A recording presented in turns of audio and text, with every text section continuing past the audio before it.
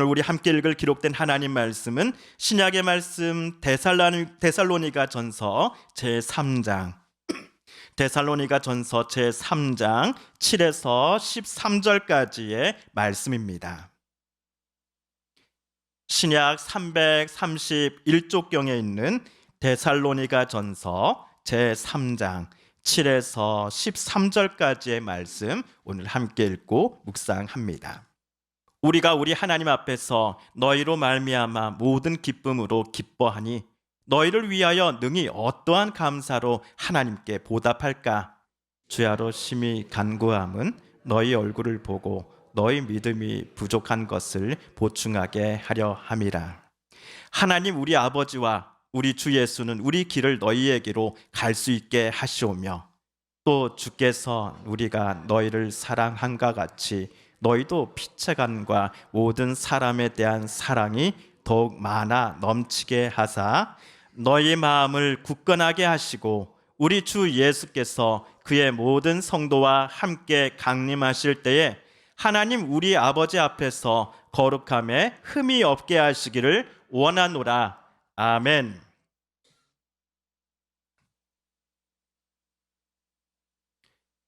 여러분은 가수 정수라 씨가 부른 대한민국 이 노래 아시죠?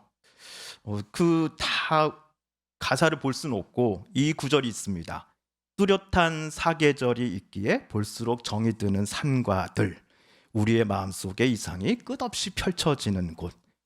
우리 대한민국, 우리 조국. 제가 정수라 씨처럼 불러야 되는데 그건 이제 나중에 한번 보시고요. 근데 그 가사에 따르면 우리나라가 뚜렷한 뭐가 있다고요? 사계절이 있다라고 했습니다.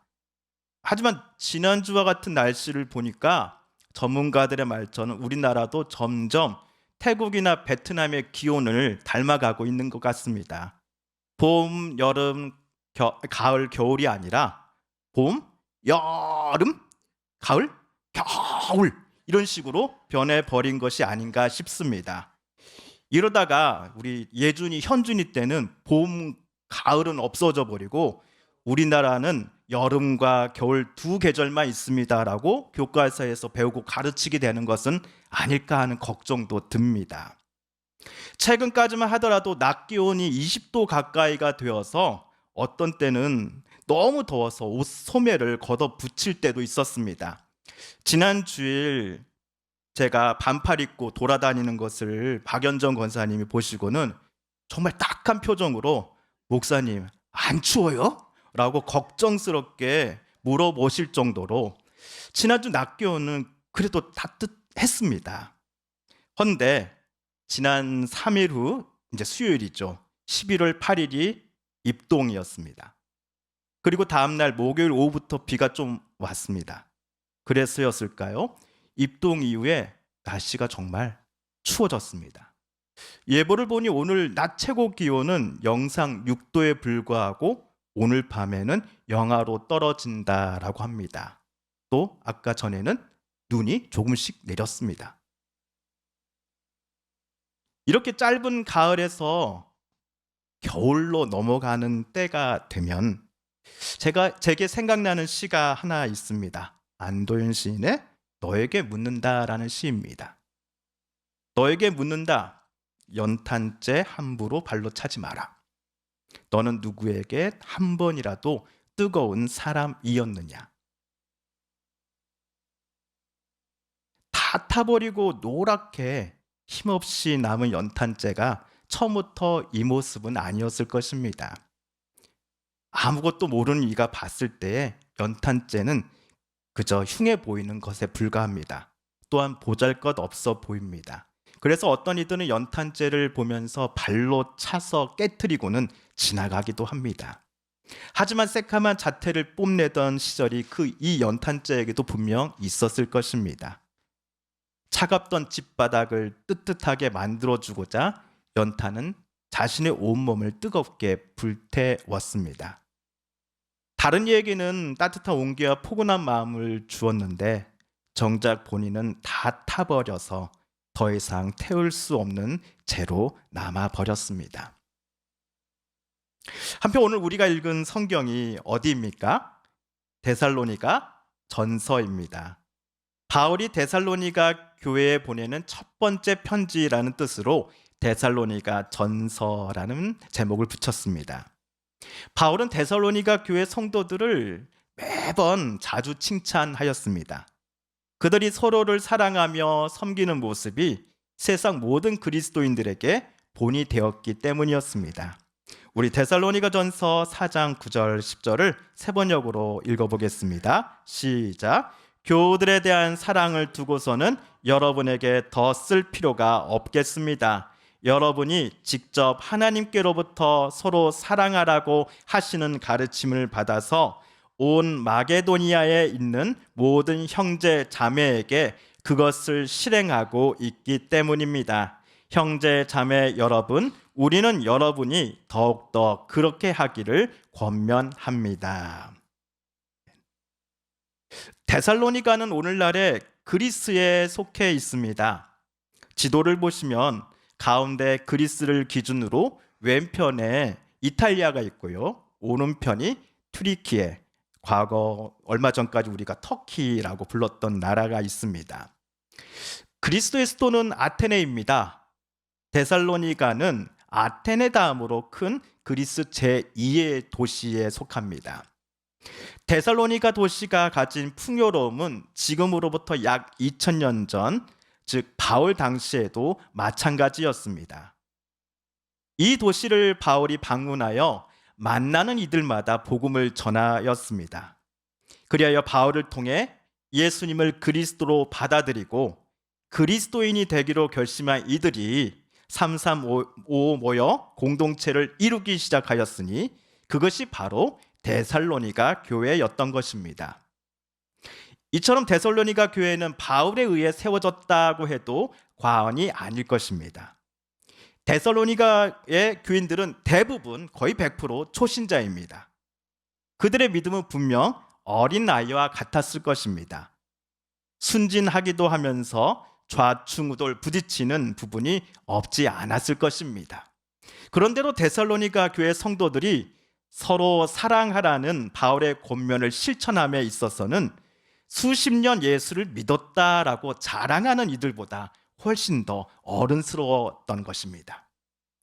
교인 식구들을 아끼며 보살피는 것은 물론이고 교회 밖에 안 믿는 이들을 향해서도 데살로니가 교회 성도들은 사랑했기 때문이었습니다. 이들 성도들의 사랑이 좀 더 특별하게 다가오는 이유는 데살로니가 교회 성도들은 그들이 가지게 된 이 믿음 때문에 자기의 가족, 친족, 친구, 이웃들로부터 핍박과 차별, 배제를 당하기 시작했기 때문이었습니다. 데살로니가 전서 우리 2장 14절을 읽어봅니다. 시작. 형제 자매 여러분, 여러분은 그리스도 예수 안에서 유대에 있는 하나님의 교회들을 본받는 사람이 되었습니다. 그들이 유대 사람에게서 고난을 받은 것과 같이 여러분도 여러분의 동족에게서 똑같은 고난을 받았습니다. 데살로니가 교회 밖의 이웃들이 그들에게 낯선 믿음을 전파하는 교인들을 핍박했다라는 것입니다. 친구들이, 가족들이 조롱했습니다. 그들을 박해했습니다. 신체적인 협박뿐만 아니라 경제적인 차별을 데살로니가의 사회와 행정부는 자기 땅에 살아가는 그리스도인들에게 행사하였을 것입니다. 그런데도 데살로니가 성도들은 이에는 이, 폭력에는 폭력으로 대응함이 아니었습니다. 자신들을 핍박하고 경멸하는 눈을 가진 이들보다 교회가 더 큰 힘과 권력을 갖고서 그들을 이기겠다라고 마음먹지 않았습니다. 놀랍게도 데살로니가 교회는 그들을 예나 지금이나 오로지 사랑할 뿐이었습니다. 1장 6절을 제가 읽어봅니다. 여러분은 많은 환난을 당하면서도 성령께서 주시는 기쁨으로 말씀을 받아들여서 우리와 주님을 본받는 사람이 되었습니다. 데살로니가를 떠나서 멀리서 그곳의 소식을 들었던 이 바울은 데살로니가 교회가 본인이 없음에도 불구하고 사랑함에 있어서 믿는 자나 안 믿는 자 모두에게 덕을 끼치고 있다라는 소식에 큰 위로를 받았습니다. 아마 당시에 바울은 심신이 지쳤던 상태였던 것 같습니다. 누구에게도 폐해를 끼치지 않고자 밤낮으로 일하면서 생계비를 벌고 틈이 나는 대로 복음을 전하였건만 이러한 바울의 진심을 순수하게 받아준 사람은 그때에는 매우 소수였습니다. 그의 동포인 유대인은 유대인대로, 데살로니가 지역에 살아가는 헬라인들은 또 헬라인대로 바울을 좋은 표정으로 바라보지 않았습니다. 저렇게 하는 데에는 뭔가 꿍꿍이가 있을 거야. 지금은 아닌 척하나 나중에는 우리에게 뭔가를 뜯어내고자 하는 본색을 결국 드러낼 거야 라고 말이지요. 이러한 이야기를 듣게 되었을 때 하나님은 바울을 안 좋은 눈으로 바라보는 이들에게 바울을 대신해 이렇게 말씀하시지 않았을까요? 너에게 묻는다. 연탄재 함부로 발로 차지 마라. 넌 누구에게 한 번이라도 뜨거운 사람이었느냐? 그런데 데살로니가 교회 교인들이 바울의 가르침과 권면대로 그리스도를 닮아 사랑의 공동체를 아름답게 만들어가고 있는 중이다라는 소식이 이 바울의 지친 마음에 큰 위로가 되었던 것입니다. 바울은 유대 땅이 아닌 이방인의 땅 여러 군데에 복음을 전하였으나 결과는 비참하였습니다.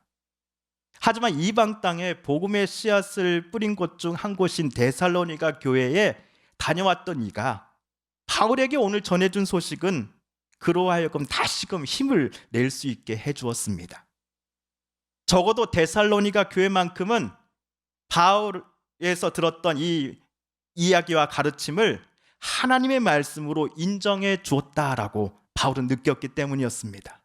또한 적어도 데살로니가 교회만큼은 바울이 말하고 전한 가르침이 결코 헛된 것이 아님을 만방에 증명해 주는 훌륭한 모범 사례가 되어 주었기 때문일 것입니다. 데살로니가 교회 교인들이 서로를 사랑할 뿐만 아니라 자기들을 핍박하는 이들까지 사랑하려는 모습 때문에 말입니다.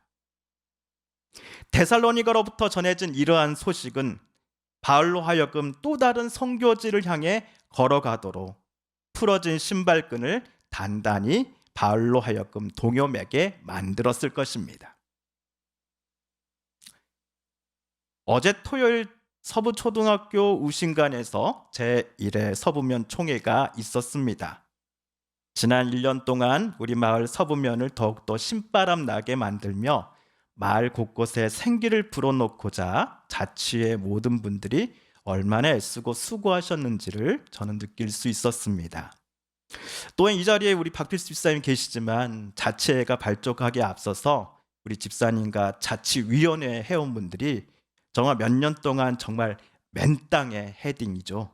계란으로 파헤치는 심정으로 마을 살리기를 위해 애쓰신 수고와 노력을 우리 모두가 잘 알고 있지 않습니까? 정말 수고가 많으셨습니다. 우리를 대신해 본인들도 바쁘시면서 시간을 투자해 이렇게 열심히 마을 복지를 위해 발전을 위해 애써주시니 감사합니다와 같은 격려 분명히 많이 들으셨을 겁니다. 밤에 여기저기에서 들려오는 마음 아픈 이야기들도 아마 감수하셔야만 했을 것입니다. 면장, 군수가 떡하니 있는데 자치위원회? 자치회? 왜 그런 게 필요하지? 눈에 보이는 성과가 당장에 없어 보이니 쯔쯔쯔 혀를 차면서 뒤돌아서는 분들을 만나셔야만 했을 때도 분명 있었을 것입니다. 그러나 어제 총회를 통해 참석하신 분들은 지금의 자치회 위원들과 또 과거 자치위원회 회원들의 노력과 진심을 다 알아주셨을 것 같습니다.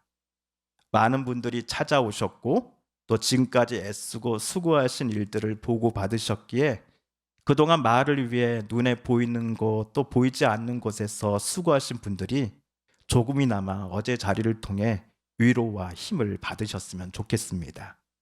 사역으로 지쳐 있었던 사도 바울이 데살로니가 교회로부터 들려온 소식 때문에 다시금 힘을 얻었던 것처럼 말입니다. 또한 여러분의 수고가 우리 마을 모든 이들에게 뜨거운 온기를 옮겨다 준 일이었음을 잊지 말아 주셨으면 좋겠습니다. 너는 누구에게 한 번이라도 뜨거운 사람이었느냐? 여기서 우리 3장 12절 13절을 세 번역으로 다시 한번 읽어보겠습니다. 시작. 또 우리가 여러분을 사랑하는 것과 같이 주님께서 여러분끼리 서로 나누는 사랑과 모든 사람에게 베푸는 여러분의 사랑을 풍성하게 하고 넘치게 해 주시기를 빕니다. 그래서 주님께서 여러분의 마음을 굳세게 하셔서 우리 주 예수께서 자기의 모든 성도들과 함께 오실 때에 하나님 우리 아버지 앞에 거룩함에 흠 잡힐 때가 없게 해 주시기를 빕니다. 아멘. 이 편지를 쓸 시점에 바울은 데살로니가 도시 밖에 머물고 있었습니다. 편지를 다 쓴 후에 바울은 될 수 있는 한 빨리 데살로니가 교회를 방문하고 싶다라는 마음을 편지 곳곳에 내비쳤습니다. 물론 그 방문의 시기를 언제로 잡을지에 대해서는 바울이 언급은 하지 않았습니다. 대신 바울은 자기가 교회를 방문하기 전까지 데살로니가 교회 성도들을 향한 이 당부와 바램을 편지에 덧붙여 남겼습니다.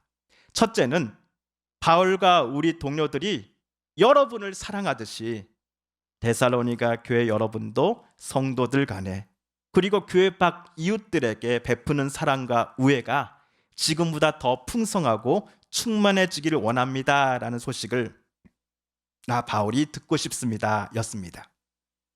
그리고 둘째는 하나님 우편에 앉아 계신 예수 그리스도께서 이 땅에 다시 오시는 그날까지 성도들의 마음을 주님께서 굳세게 잡아주셔서 지금의 이 거룩함을 마지막 그날까지 늘 변치 말고 살아가 주십시오라고 하는 당부였습니다. 서로 간의 사랑이 한순간의 불꽃이 아니라 주님 다시 오시는 그날까지 계속 타올라야 함을 바울은 당부한 것입니다.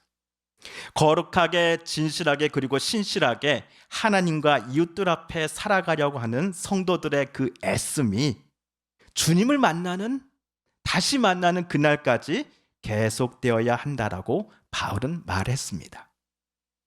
데살로니가 교회 성도들을 향한 이러한 두 가지 당부는 2023년 홍성군 또한 서부면에서 신앙생활을 하는 저와 여러분을 향한 것이기도 합니다.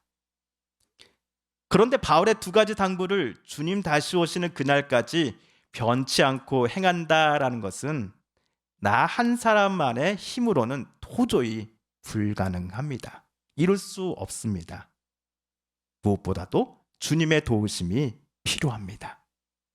그리고 주변 사람들의 위로와 격려가 필요합니다.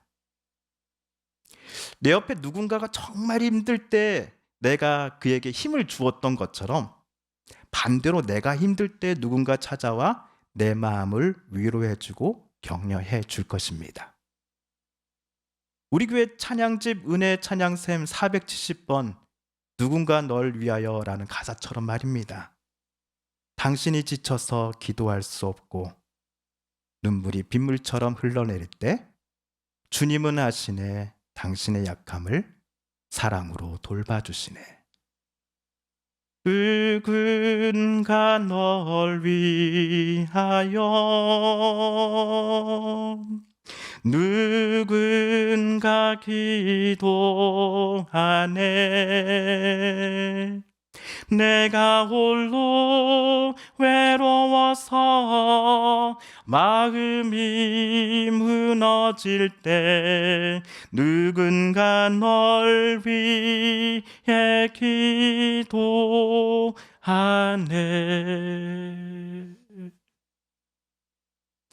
저 여러분 그리고 우리 모든 성도님들이 서로에게 힘이 되어주고 격려가 되며 따뜻한 위로를 또 기도의 사랑을 건네주는 아름다운 교회요 또 성도 공동체가 되기를 하나님은 우리에게 원하실 것입니다.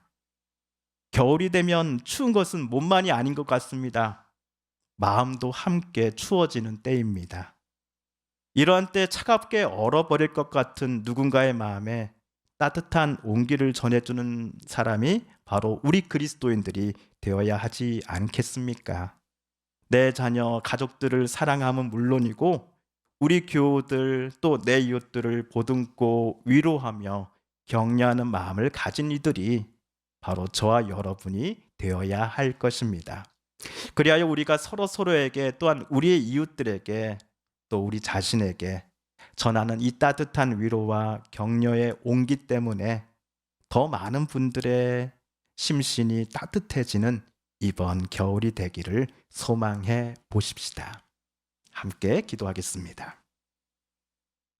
TV CF, 라디오 CM, 선거 홍보 영상, 기업 홍보 및 기록 영화를 전문으로 기획, 촬영하여 제작하는 산여울 기획은 1등 제품을 2등 가격으로 공급합니다. 산여울 기획.